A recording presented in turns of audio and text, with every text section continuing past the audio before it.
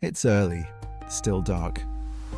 I'm turning into the lot, headlights sweeping across the front of the building, and there he is, sitting alone on the bench by the ER doors. Hospital gown, the kind that ties in the back. He has pants on at least. A roller suitcase parked next to him like he's waiting for a bus that isn't coming. I don't know his name. I don't know his story. I don't know how long he's been sitting there. I just know what I see going by at 15 miles an hour. A person who was discharged. I don't know what his problem was or still is. I think to myself, what is his story? What is his life? But I cannot stop. I have to get to work. I didn't stop. I want to say that plainly because it's the truth and because pretending otherwise would be worse. I had a badge to swipe, a shift starting, and a waiting room already stacked with people who hadn't been seen yet. Chest pain, a kid running a fever, someone's mother who'd been throwing up for 6 hours. The building doesn't pause because one image landed on me on my way in. It doesn't work that way. I clocked in, I got busy, and by hour 2, I'd mostly stopped thinking about the bench.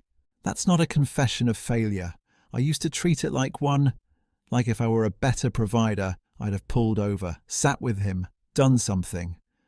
But that's not what the job has room for most days.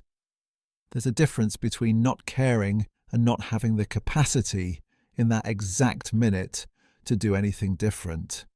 I've had to make peace with that distinction because I have to make it constantly. Everybody working in that building does. Here's the part that's harder to sit with though. Even if I had stopped, even if I'd walked over and asked what he needed, my toolbox is smaller than most people assume. People imagine the ER as a place that can fix a crisis. Any crisis. Chest pain, sure. But also nowhere to sleep tonight. A landlord who changed the locks. A family that stopped answering the phone. People walk in or get discharged out, assuming the hospital has some lever for all of it.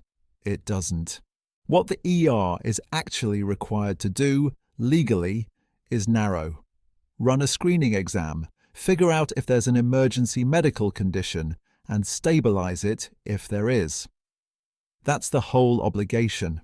A federal law called EMTALA, and it stops exactly where the medical problem stops. It says nothing about where you sleep that night. On a good shift, with a social worker available, we can also make a call to a shelter and hand someone a cab voucher to get there. And on a good day, if nobody's raided the vending machine and someone remembered to restock the little pantry by the nurse's station, I can hand a person a turkey sandwich, some crackers, a juice box. That's genuinely most of what's in my hands. And I want to be honest about the next part because it's the part that stings the most. Sometimes even that smallest layer is empty.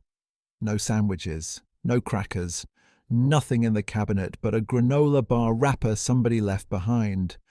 It's not that I'm withholding it, rationing it, deciding someone doesn't deserve it. It's that there is nothing there. That gap between the compassion I actually feel and the literal physical nothing in my hands is one of the loneliest feelings in this job. You want to be able to do the small thing. Some shifts you can't even manage the small thing. Zoom out further and it only gets bigger. I cannot make a landlord let someone back in. I cannot find someone an apartment. I cannot pick up the phone and make a family take their family member back in. I cannot make a shelter bed appear faster than the wait list moves or make the whole slow machine of housing and social services run on the timeline this one person needs tonight.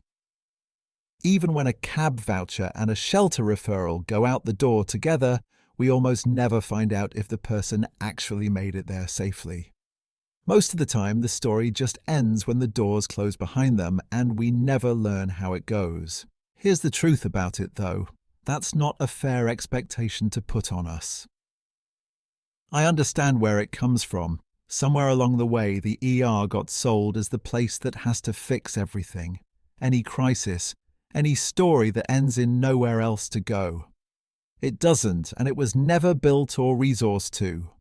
Holding us to a standard we can't meet doesn't get anyone closer to housed or safe. It just moves the whole interaction toward conflict. I've watched people go from scared to furious in under a minute because the answer wasn't the one they wanted. Yelling at a triage nurse, refusing to leave a bed the next emergency needs. Not because we didn't care, but because the gap between what they expected and what we could actually deliver had nowhere to go but out, at whoever was standing closest. That expectation needs to change, not just the resources behind it. Naming the real size of what we can offer isn't giving up on anyone. It's refusing to pretend the sandwich is bigger than it is. It's just being honest about what we can and can't do, so nobody's expectations get to outrun our actual capabilities. Some nights all I have to hand someone really is a sandwich. I still think about the bench sometimes, not because I fixed anything that morning. I didn't. I drove past it. But I think that's the honest shape of this job. You don't always get the moment where you swoop in and change someone's whole situation. Sometimes the truest thing you can do is see it clearly, name what you can and can't offer, and keep walking through those doors anyway. If this is the first time anyone said that part out loud to you, that caring and capacity aren't the same thing, I'm glad it found you today. If you want more of this, the real unpolished shape of the job, stick around and subscribe. I'd rather tell you the truth than something tidier. Like the video if it gave you something to sit with. It means someone else looking for the honest version might find it too.